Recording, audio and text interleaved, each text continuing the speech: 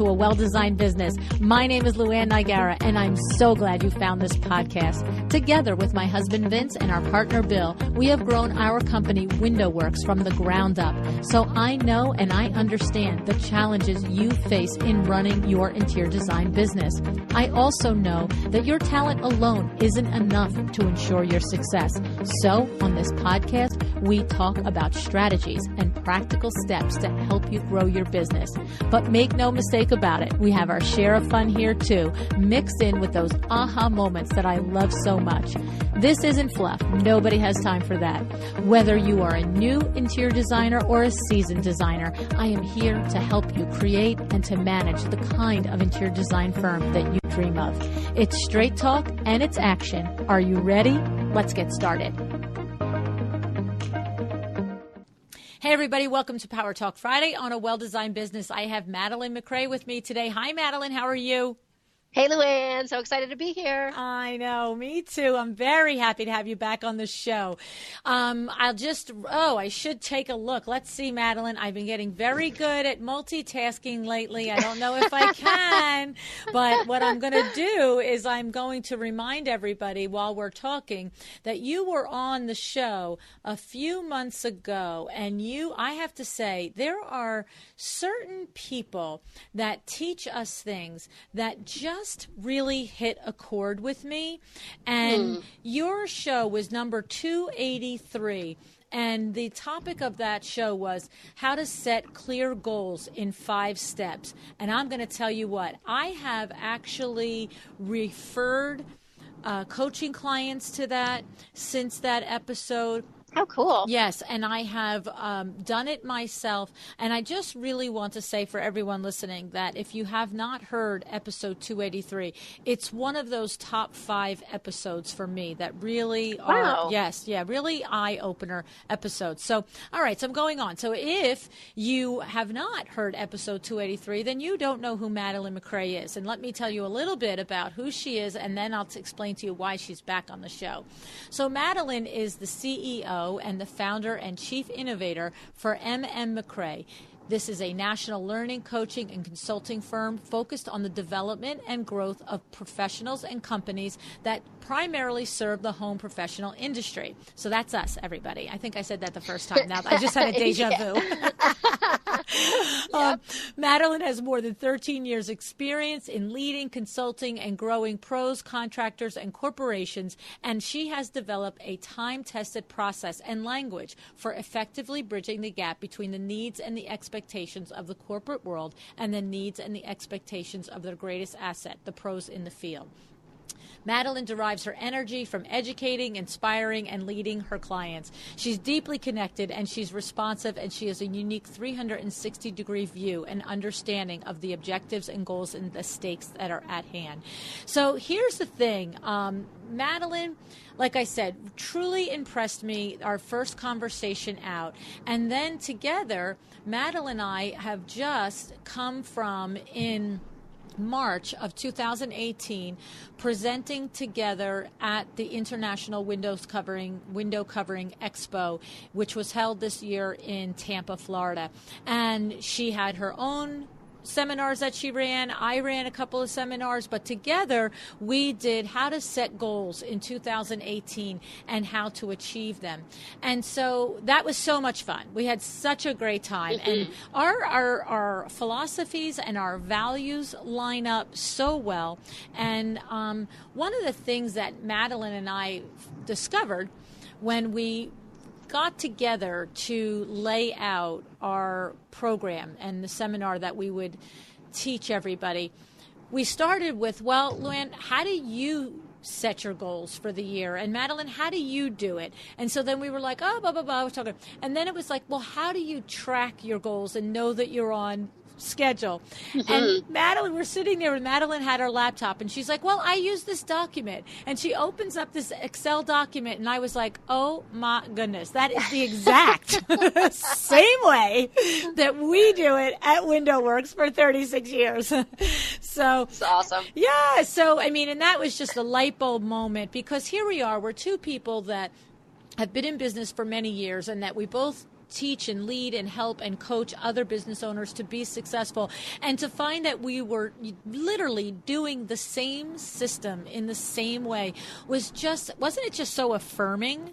It really was. I mean, it's one of those things. It's like you can't plan that. Right. It's not something that you can engineer on your own. And I had it pulled up because I wanted to show an example. And it was just such an uncanny moment. That was a pretty cool moment. It was. And the thing was, because I was prepared for you to have your own viewpoints, of course, and your own way of doing things. And I'm thinking to myself, LuAnn, you're going to work together on this, and you're going to figure out the best way to meld both of your styles and ideas and processes on this topic.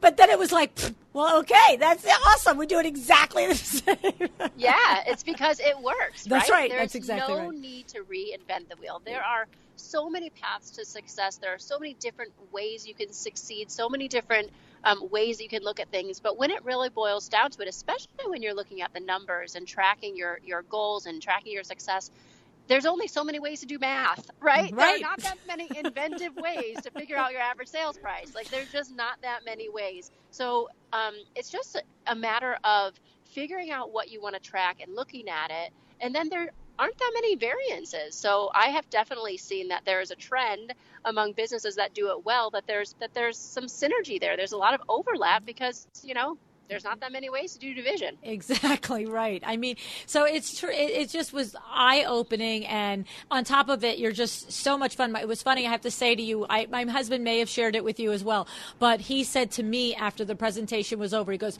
"You two look like you did that together 1,000 times before." We just really, it was really cool. Right? Yes, it was an awesome event, and I'll just remind everybody listening, if you have never heard of the International Window Coverings Expo, it's an outstanding conference that goes on for 3 days every year in March. Next year, it's going to be in Nashville.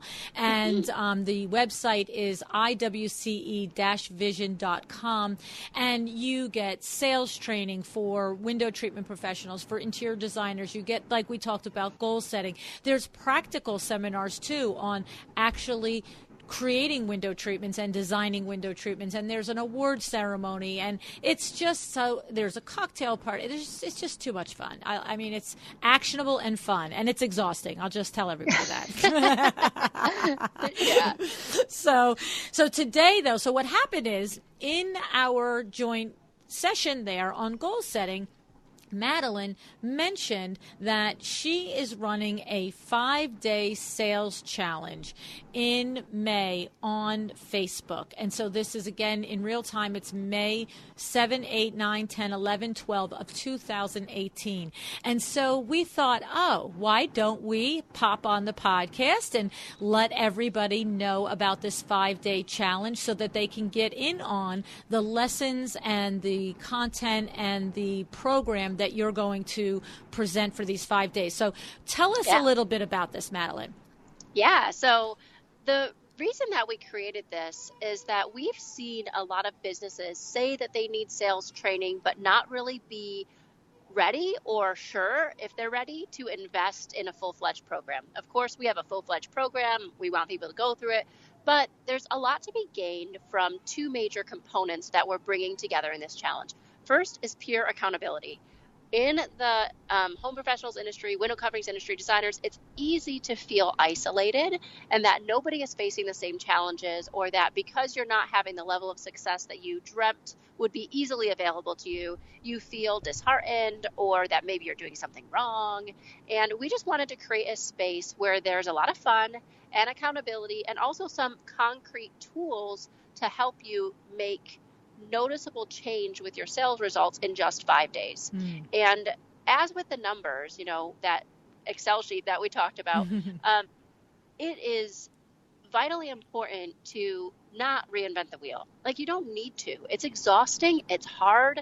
And that's what we want to show, that you can really make a difference in just 5 days by tweaking some things that are not rocket science. Some of them are actually quite simple, but simple does not mean easy. Those are not synonyms, right? As much as we're tempted to think that they are, they're not. It's just like dieting. Right. You know, it sounds so simple, but is it easy? Maybe not so much. Not so much. It's hard to pass up on that Reese's Pieces or That's whatever right. it is. That's my nemesis. So the idea behind it is that we're going to be revealing some of the top answers to the challenges that people face in the field that deeply impact in a negative way their sales results. So what are the things that in real time salespeople, and whether you're a independent sales person or you're a contractor or you're part of a team or you're the owner and doing the sales for your business, no matter what, this is totally applicable for you. We're going to give you the pieces that make a major difference that you can see for yourself what will happen in your own life with your own sales results when you focus on training, when you focus on not just the skills, but the mindset and some of the techniques to approach your sales conversations and to prepare for your sales conversations, and even what to do when your sales conversation doesn't result in a sale. Right. So that's why we created it, because we know that there are more people out there who are sitting on the sidelines, wondering if they should get training, wondering if it's worth the investment. And we just have so much to give. I mean, we have a full 8-week boot camp, but you can't even cover everything in 8 weeks. So we had a lot of not new, but a lot of content that we didn't put in the boot camp. And we thought, you know what, let's just give this stuff. Let's make sure that people have access. There's no point in making something awesome and then putting it on the shelf. Right. We also have the philosophy of being go-givers. We love to give freely. We love to transform lives, to inspire people, to share the knowledge that we have.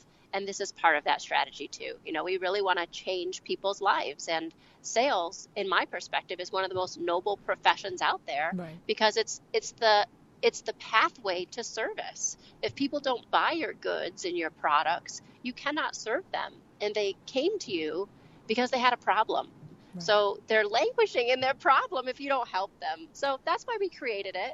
And that's our intention, is to help you see some actual tangible results in your sales results in just 5 days. I love it. And so I just want to, hammer down a particular point here, because we go through it in the bio, and it's to not be missed by my buddies out there listening.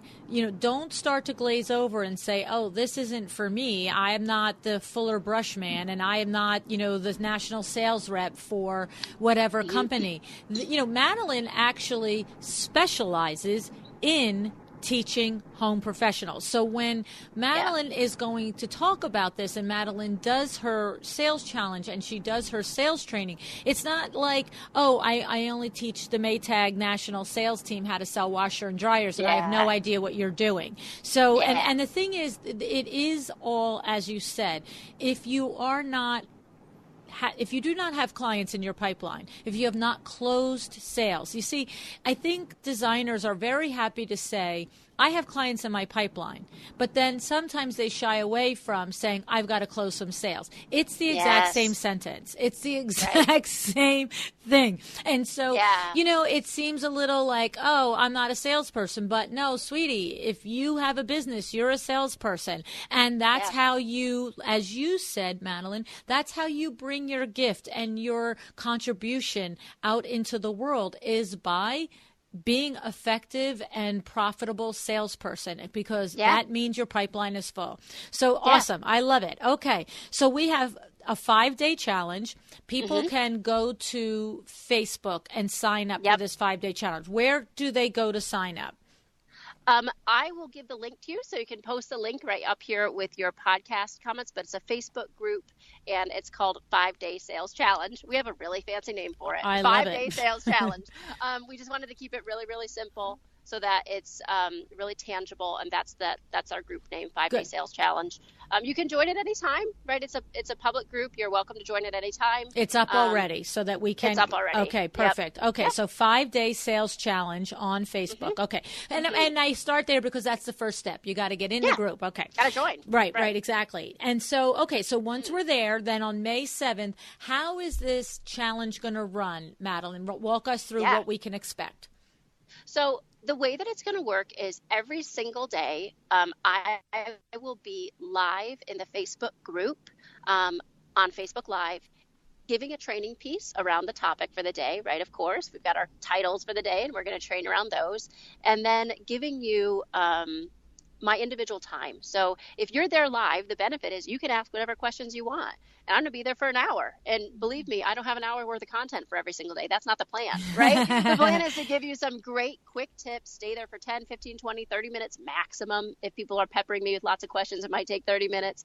But really to spend some time sharing the tips, sharing the ideas and the inspiration, and then to talk to you, to give you individual answers to your individual questions about, I have this one situation where I don't think this will work because I love those.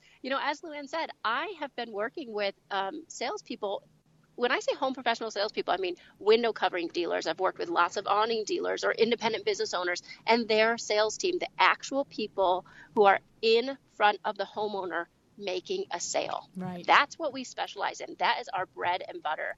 That is the heartbeat of our business, is teaching people who sell in home how to do it better, how to make sure they're really effective and to make the most out of every single lead. And so that's what we do. And it's tried and true stuff. This is not like, hey, Madeleine's making this up off the seat of her pants. No, there have been legit salespeople, hundreds of salespeople, these systems and strategies, and they work. Right. They work. Now, is there a particular time each day that you will be in the group? That's going to be announced. I actually haven't decided yet. I want to see the demographics of who joins, right? If we have a ton of West Coasters, I don't want to show up at 9 a.m. and then 6 a.m. in the morning, they'll never make it live. Right. So it'll likely be around noon.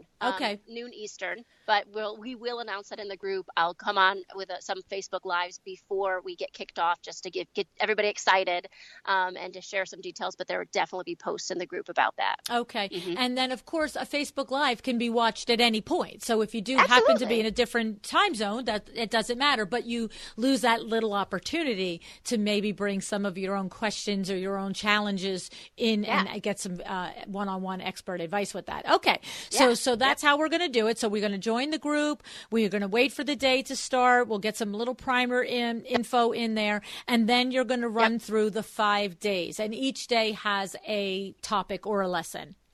Yes. So each day there is titled, right? We have specific content plans already all tidied up and ready. And then it has a call to action. That's what makes it a challenge. So first of all, you're going to be in a group of your peers. These are other designers, other window covering professionals who want to improve their sales. If you're totally happy where you're at and you don't want to improve, or you feel like you suck and you don't want to learn how to get better, this is not the group for you, right? This is for people who really are willing to show up, put the work in, put a little bit of time. Is not hard stuff. We're not going to give you anything that's going to absorb your whole day, right? We're going to give you small shifts that will make a big difference and implement something. And we give you a call to action every single day. What that means is you will have one tangible thing that we're going to challenge you to do that day. And sometimes it's challenge you to start that day and to keep doing, right? Mm-hmm. Sometimes it's like, start this habit right now. And sometimes it's like, do this one thing, right? Right. And you get to commit publicly in the Facebook group on the feed to say, I am in, I'm doing it, I'm in. Now, I am not going to go back and look up your name every single day and say, hey, Mary, did you do this challenge? That I'm not a babysitter, right? That is not what I'm doing. Grown-ups here. We're all grown-ups. Monitor yourself. Yeah, exactly. This is a self-regulated challenge. Right. But the idea is that, you need to be a person of your word. Right. If you are a person of integrity, your client feels it. Mm-hmm. If you say, I give you my word and this is what I'm promising to you and you're going to get it, your client trusts you. So you should be a person of your word to yourself. So it's so that you publicly announce that you're doing it, so that you have the positive peer pressure of like, hey, I said it in front of everyone, I better do it. Because sometimes if we won't do it for ourselves, we'll do it for the human respect of having said we did it, said it publicly. So that's the benefit. So you'll get training every day and a specific call to action. And on our very first day, which we can get into that in a minute, but we're going to actually give you a gift. So we actually give you a tool that usually you have to pay, the $3,000 to enter our program to get. but we're giving it away for the people who step up and say yes to themselves and yes to their success by joining our challenge group. Wow, that's fun. Okay. Yeah. We all love presents. I mean, who doesn't? It's so funny. My son is a huge gift giver. You know, the 5 languages of love. He's a huge gift giver, and he's constantly wrapping up stones and giving them to me because he loves rocks. It's super funny. Really funny. How old is he, Madeline? He's 3.5. So for him, you know, we took home a pet worm yesterday. So it's the joys of a 3-year-old. That's adorable. He loves rocks, so he figures you must too. So he gives you. Oh yes, I get rock gifts all the time. He's like, "Isn't it beautiful?" And I'm like, "Yes, honey. I love it." I love it. That's so sweet. So do we want to tease them with the topics for each of the 5 days? Yeah. Okay. Yeah, let's talk about them. So want me just to rattle off the 5 titles? Sure. Yeah. Okay. So day 1, it's called Master Your Metrics, and it's all about knowing your numbers and the risks and benefits of knowing your numbers. And it's so interesting that this is our first topic, our opening topic, because this is a topic that LuAnn and I spent so much time on during our session, right? It's the heartbeat of success. Mm-hmm. And then the next one is Confidence is King. Day 3 is Systems Make Sales. Day 4 is The Fortune is in the Follow-Up, and day 5 is There's Gold in Your Nose. I love sales, you see, and I'm just like, oh, I love all of these. I can totally imagine the types of things that you're going to talk about in each film, and I'm like, It's awesome. I love it. It's so true, though. I mean, to me, it's a big. You know, I love crossword puzzles too. Okay, so I'm like the Sunday crossword puzzle girl. And to me, sales are very much like that. It's like this crossword puzzle. It's this chess game. It's this, you know, look ahead to that, look back to this. What did you miss there? You know, like in a crossword, you do a crossword puzzle. You're constantly. What do? You look at you look at the clue, you look at the boxes, and you're like, well, let me look ahead and see if that letter will fit there if I put that there. Let me look back. Why does that look like it? You know, and so to me, sales are very much like that process in the conversation that you have with your prospective client. You're asking questions, you're listening, you're trying to understand, and you're just saying, okay, keep that for later, put that there, move that over here, talk about this now, move that to this, you know. I just love the intricacy of it. And I love the 5 topics that you have here, you know, knowing your numbers, master your metrics. I mean, you're right. We talked about that for I almost thought they were going to say shut up. I know. We talked about almost a half an hour of our hour, by the way, guys. A long time.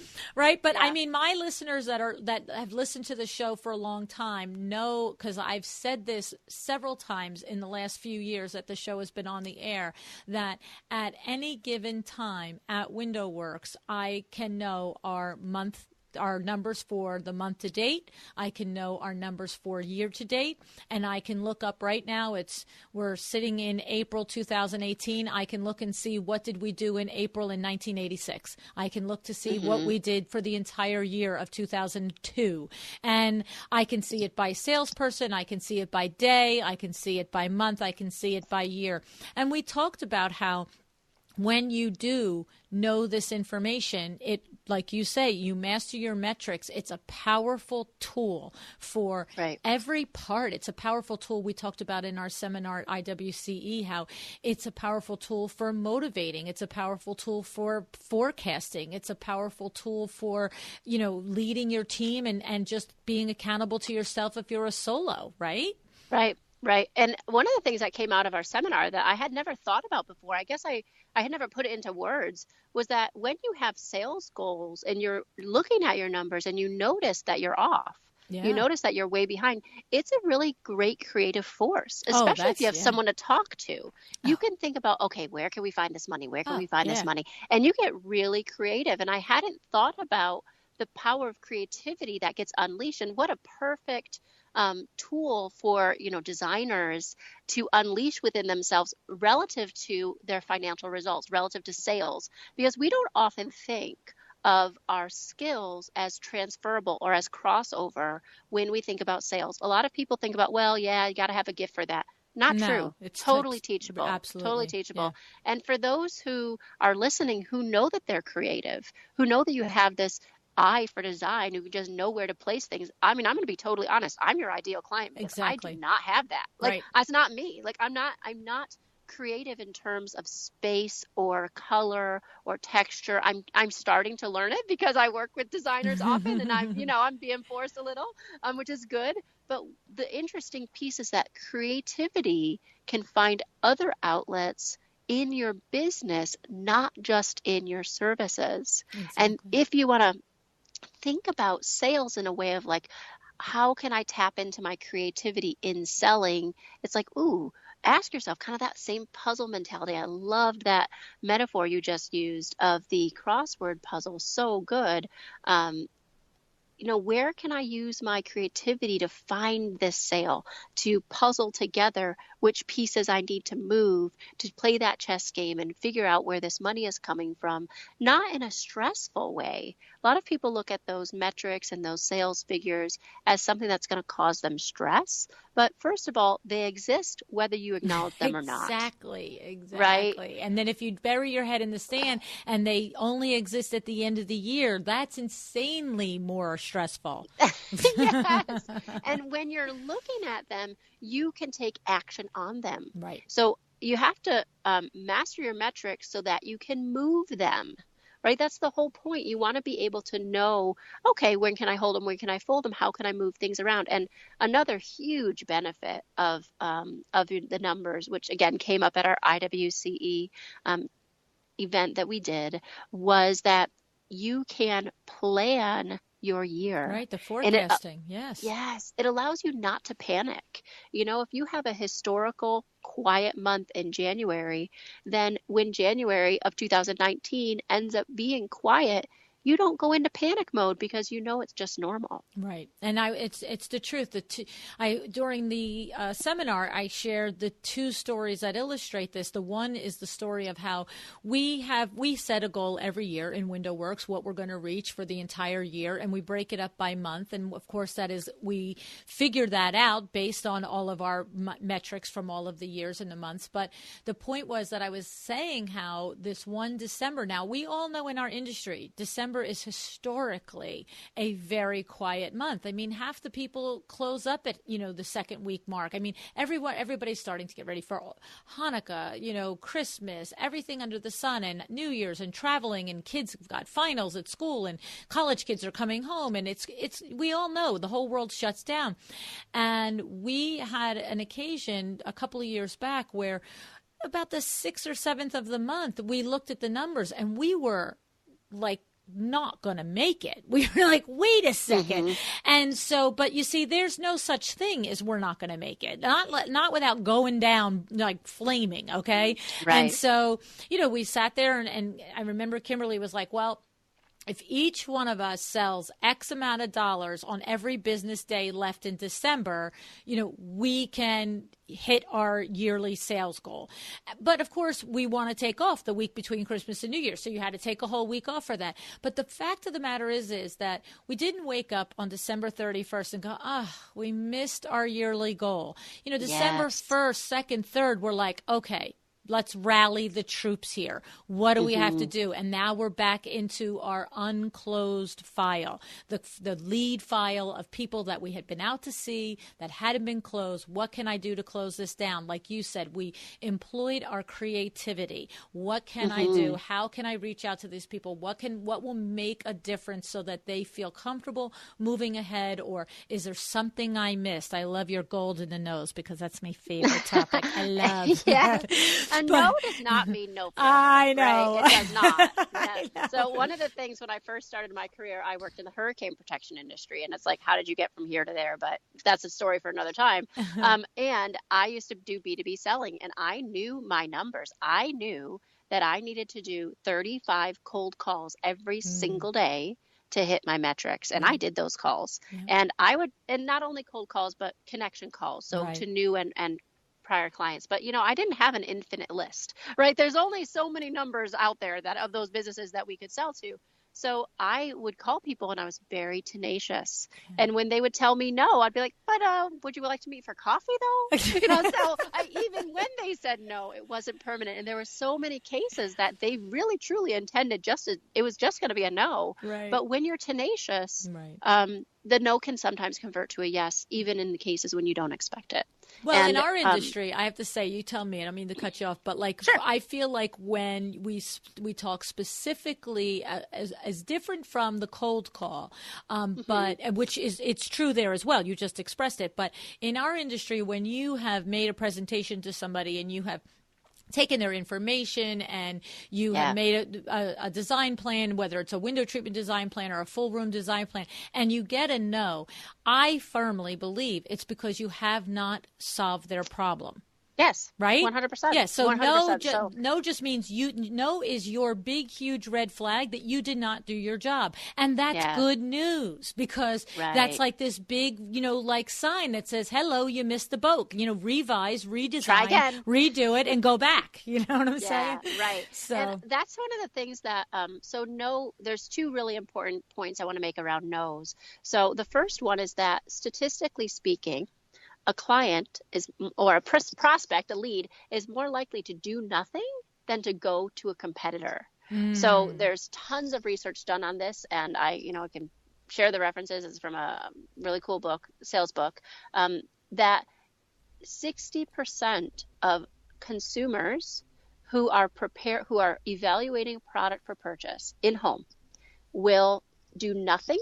60% will do nothing if they don't buy from you. Wow.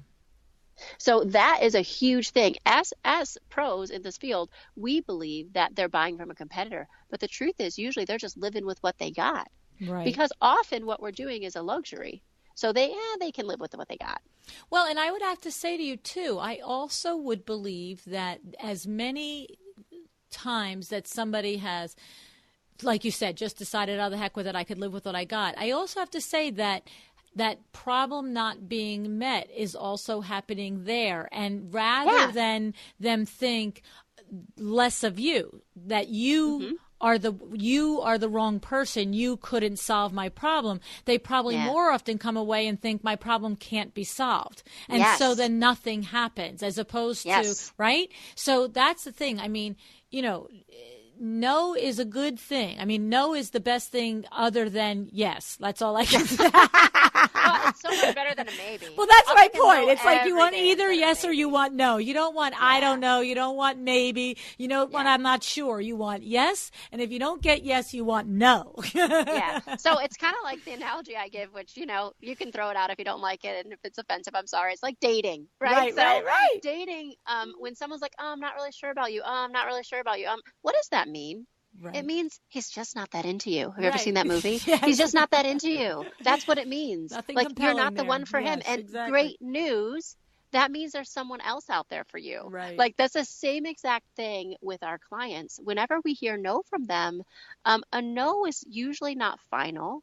And one of the things, it's actually in day 3, we teach systems make sales, because if you had asked enough questions in the beginning, if you had really listened to what they really wanted, if you had really dug into their pain points, a lot of consultants will stay away from digging into the pain point. Why don't they like it? Why are they unhappy? What's going wrong? And asking more questions than you would actually think to be comfortable.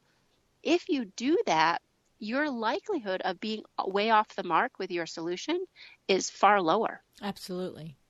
Far lower. I have a lot when of, you build it in, that's helpful. Yeah, no, it's true. And I have a lot of designers that say to me, how do you do sales? How can I teach you sales? And of course, it's a whole big thing. It's not like, a 1-hour conversation. But the one it's thing an 8-week boot camp. Right. There it is. But the one thing that I always say is if the only thing that you can do right now and take away is literally engage and promise yourself and make a commitment to expand the number of questions that you are having in that consultation, in that phone call, because if that's the only thing you will do, then you will by default learn more and enough information to provide the right solution. And by the way, listen, right? Like, you can't just ask. There's nothing worse than, how many times I think it's hysterical if I'm going to be sold something. So I'm wherever it's buying a car, it's buying a washing machine. It doesn't matter what it is.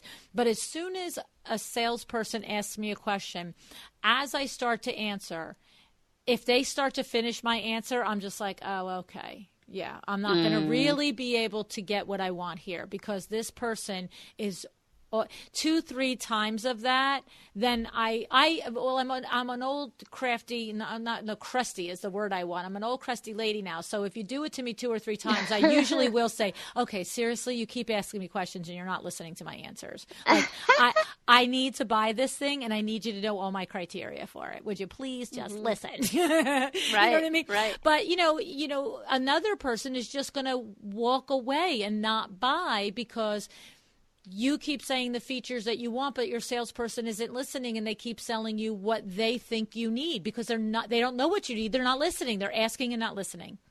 Yeah, absolutely. And I think that the companion piece to that is most designers don't realize that not making a sale is actually doing your client a huge disservice, right? Because they have a problem. They called you to solve it.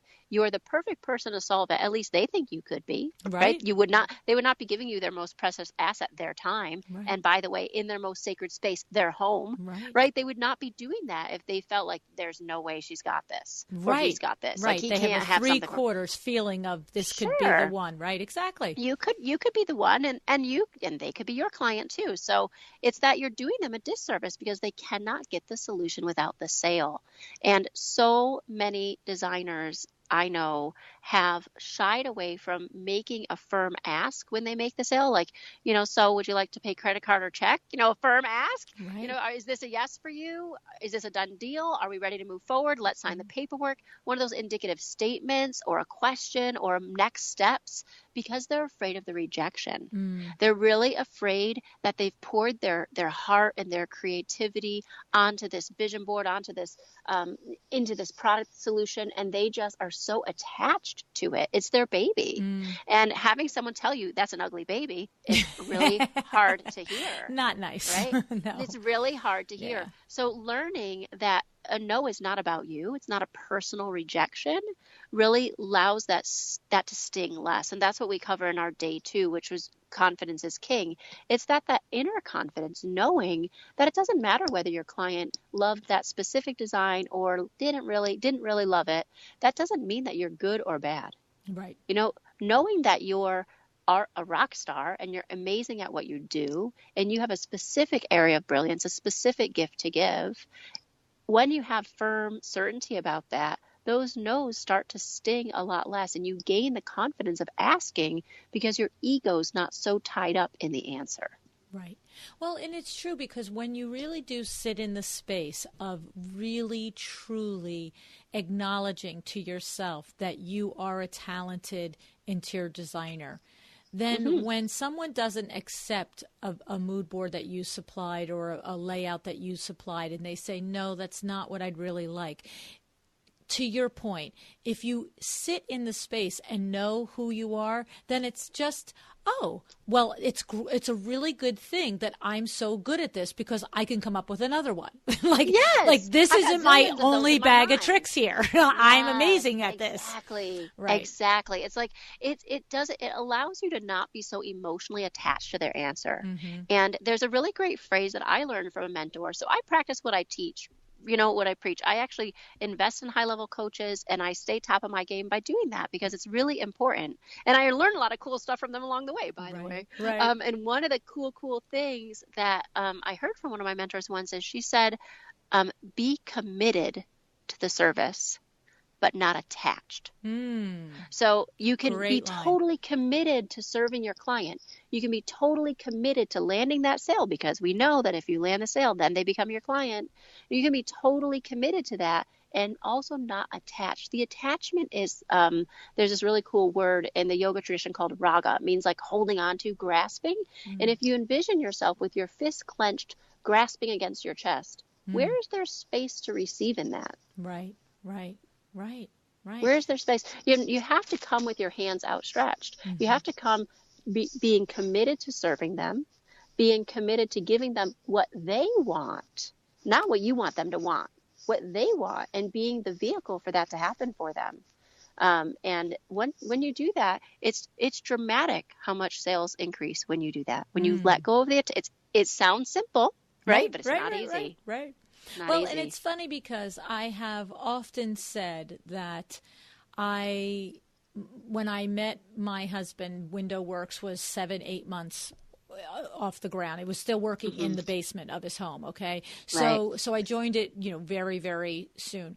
And the point was that I came to work for him because I had, for the first time, was in a position that was not attached to sales. So there was no, and I just, after 3 months, I just wanted to put a needle in my vein. I was like going out of my mind. I was like, and he said to me, what is going on with you? And I only knew him 7 or 8 months at this point. And I was just like, I have to get back into sales because this is driving me nuts. And this is what I love to sell. And I want to get back into sales, blah, blah.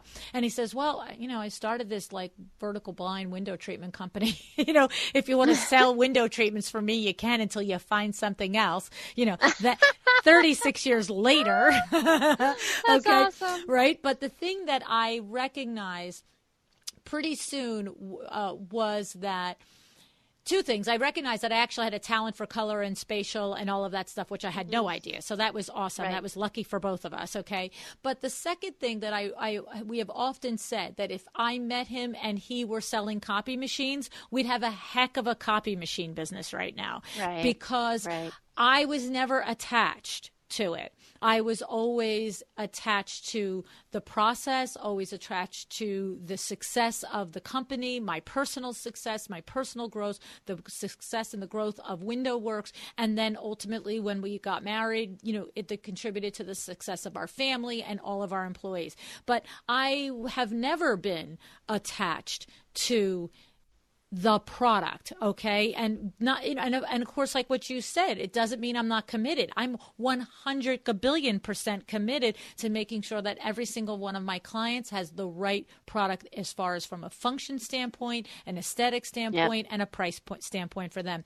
But I am not attached to it. I mean, I really am not. And so that's just lucky for me. I didn't have to learn that. But your advice is to learn that when you have this passion as an interior designer, that's terrific and it gives you joy and it fills you up. But when you take it and you make a business out of it, that keep that little passion for your heart and your soul. But when you go out and bring it to the world, don't be attached to it. Yeah. So it's attached to the outcome. Right. You can be attached to a design and say, oh, I really loved that design. Right. Of course. It's a little piece of me. Right. And then you put it on the side and say, okay, I love you design for another day. Let's go to something new. That's right. And I can make a different design if you don't love it. Right. Yes. And that's where our ego gets in our way. And it prevents us from being able to hear that was not what they wanted and then to recover. And that's what a lot of people get. They stumble when what they thought was going to be a fit is not a fit. And then they have a hard time recovering.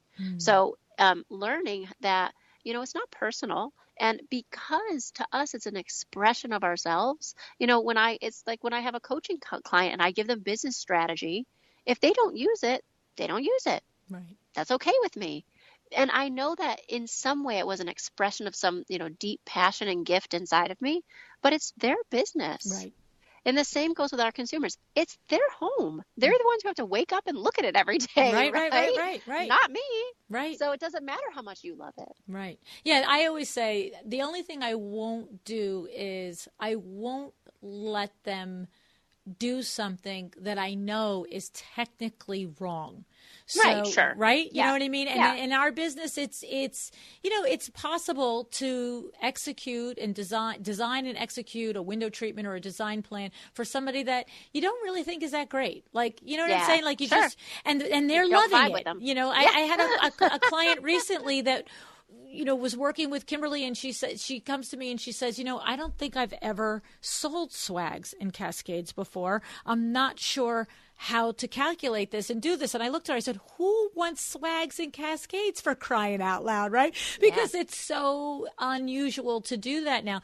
And she just said, Lou, she said, this lady loves them. She showed me 3 or 4 different pictures. They were all variations of swags and cascades. And I said, well, guess what? That lady lives in her home. So we will help her do swags and cascades. But, you know, am I taking pictures for Instagram?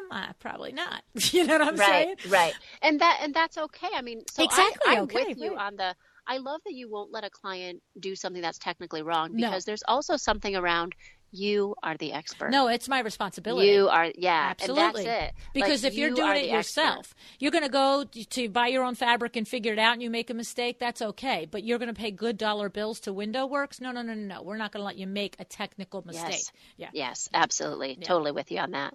So I wanted to bring up something that comes back to an earlier piece of our conversation that I had a light bulb moment that I just have been putting on the shelf, right? It's like your crossword puzzle. I saved that for later. Is that, you know, the technical difference between a lead or a prospect and a client. So many times, salespeople all over every industry, by the way, guys, this is not unique to you. It's just, you know, so I'm not talking, pointing my finger here. I'm pointing at everyone, myself included. We will reference someone who's never spent a penny with us as a client, when technically someone who has not yet invested their dollars with us is only a lead or a prospective client. They only become a formal client when that transaction happens. Right. Good point. So that's something really interesting for you to talk about clients in your pipeline. Yeah, it's all well and good to have a big, strong pipeline, but if they're not converting, if you're not actually turning those leads into sales, then you actually have potential clients, not clients. Right. And just to be clear, because I think my audience will understand what I meant when in the actual, so window treatment industry is a tiny bit different from the design industry in many aspects, but in this particular aspect. So when a client, when a designer says that he or she has 3 clients in her pipeline, we generally understand that to mean that they have 3 signed contracts and they're staging out their work, as opposed to, you know, you can look at a pipeline as a pipeline of leads. But I think for our purposes, at least when I use the words in your pipeline, I mean, you've got signed contracts and you've got dollar bills in your checkbook. Good. That's so there's some, you know, industry to industry, but there is some temptation in that initial consult, you know, in that initial consultation phase, in that initial let's talk about if we should work together phase, to be tricked into the feeling that they're already your client. Now we want to treat them like they're already our client, but we don't want to count our chickens before they hatch. Right, exactly. We got to keep working to make sure they become our client. Exactly. Absolutely. Yes. So I just love it. I think it's fantastic, and I hope, I mean, it's easy for me to hear the kinds of things that are going to be happening in this Facebook group for this challenge, the wisdom and the ability to ask you questions and to learn these 5 steps, master your metrics, confidence is king, systems make sales, fortune in the follow-up, and gold in the nose. I mean, it's funny because I am going to be on a very rare vacation. Usually it's like we're out of town for something that has to do with business, and then we catch a night or 2 extra, you know, to do a vacation. But my Vincennes man is turning 70 years old this May in 2018, and we are going to go away for 7 days with our best friends, and it's right exactly when your challenge is. Well, that's the beauty of the internet, right? You could be anywhere, any place, anytime. I know, but he might have my hide. No, that's okay. I would say, LuAnn, you get a pass. Everyone else, though, you might show up for that challenge. I might look. I'm going to join the group for sure, and I might look, you know, because I mean, this is fun for me. But I have had many interior designers customers reach out to me and say, could we have more shows on sales? Can you have more teaching on sales? How do I learn more about sales? And so here is the gift right here. Madeleine MacRae is the gift to you guys from me because she is amazing. Thank you. Yeah. Tell me, and you mentioned a sales book, and I do have people that ask me what our favorite sales books are. I was curious what you said. Oh, goodness. Oh, you don't remember the name of the one that said the 60%? That one is that one's like a really heavy sales metrics book. So if you're looking for some like great, helpful sales reading, I am not going to recommend that one straight out of the pike. Okay. I'm in terms of actual hard and fast sales books, the ones that I've actually learned the most from have often not been sales books. They've been leadership books. Whenever I learn amazing tactics about sales, it's so often from leadership books, because sales and leaderships it's two sides of the same coin. It's about getting people to follow you. It's so funny, because I had hack. somebody ask me that recently, and I thought, straight up sales books, and I'm thinking it's really about your whole outlook on life. It's about your whole mindset. It's more mindset to me is sales. And then of course the straight up techniques are things like these, master your metrics and stuff. Do you have leadership books that you'd like to recommend? I'm putting you on the spot. I mean, no, that's okay. These are going to come off the top of my head. So some of my favorite leadership and business books. The very first one that was a major aha moment for me was the 5 Levels of Leadership. And for anyone building a team, it's a John C. Maxwell book, 5 Levels of Leadership. It changed my life. Wow. It just really made me look at leadership entirely different, because it talks about you as the leader from the perspective of the people that you lead. And that's really, really cool. One of my other top favorites, amazing one for salespeople, is Now Discover Your Strengths, and the companion piece is Strengths-Based Leadership. Those are both Gallup organization books. I don't remember the name of the actual author, but they're definitely ones that I come back to over and over again, and I've read quite a few times. Very good. Thank you so much. I appreciate those recommendations. That's awesome. All righty, lady. I have to tell you, we could do this over and over again. I can see that. That's very... It's fun to riff about sales with someone who's just as nerdily in love with sales as me, right? People ask me what I do for fun. I'm like, I go to business conferences. And they're like, isn't that what you do for work? I'm like, actually, I do that for fun and for work. Yeah, I know. It's true. I know. It's true. It's I just find it so interesting. And like I said, a puzzle, and I love to work on it and figure it out every single day. So, well, thank you. I really appreciate it. And so everybody go over to Facebook, it's 5-day sales challenge. And Madeleine, how about your website if somebody wants to learn more about you and maybe they want to do that boot camp? Yeah, sure. There's 2 different websites I'm going to send you to. There's our corporate website, which is MM MacRae, MacRae.com, MMMacRae.com. That's for our consulting and our coaching. Everything is kind of living there. And then if you want to take a deep dive into the boot camp and you're just like, yes, I want to join it right away, there's fasttrackmember.com. And that's our actual landing page for our boot camp. It's a really cool one. It's, that's one of the ones I told you don't be, when someone tells you baby's ugly. That's my baby. It's our flagship course. A lot of love has gone into that. A lot of success has gone into that. And we're just recently passed a really cool milestone, which is our 100 member mark, which we're really proud of. That's amazing. Yeah, and that's 100 companies. That doesn't count individuals. So some companies train like all 12 of their salespeople, all 4 of their salespeople. So it's a pretty amazing mark for us. And for us, it's all about transformation. How many lives has that changed? Not just the individual salesperson, but their family and the money they can make from the sales. And then every single person with whom they've interacted, who they sold products to and helped improve their lives. Absolutely. So it's a pretty proud moment for us. Yes, congratulations. Good for you. Thank you. Yes, thank you.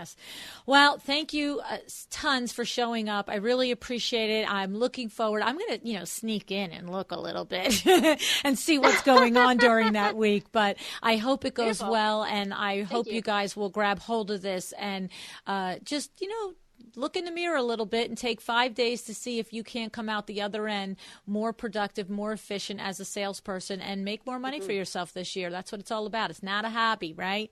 Yeah, absolutely. Well, thank you so much for having me. It's always such a delight. We're probably going to make this a habit, so I'm hoping so. This is super fun. And thank you, everyone, for listening. I'm excited to see you in the challenge group. I think it'll be a lot of fun, and you should get a lot of benefit out of it. And the more, the merrier. So don't keep it to yourself. If you join and you have friends who are also in sales, just bring them on along with you. That's it. Thank you. Okay, thanks so much. Talk to you soon.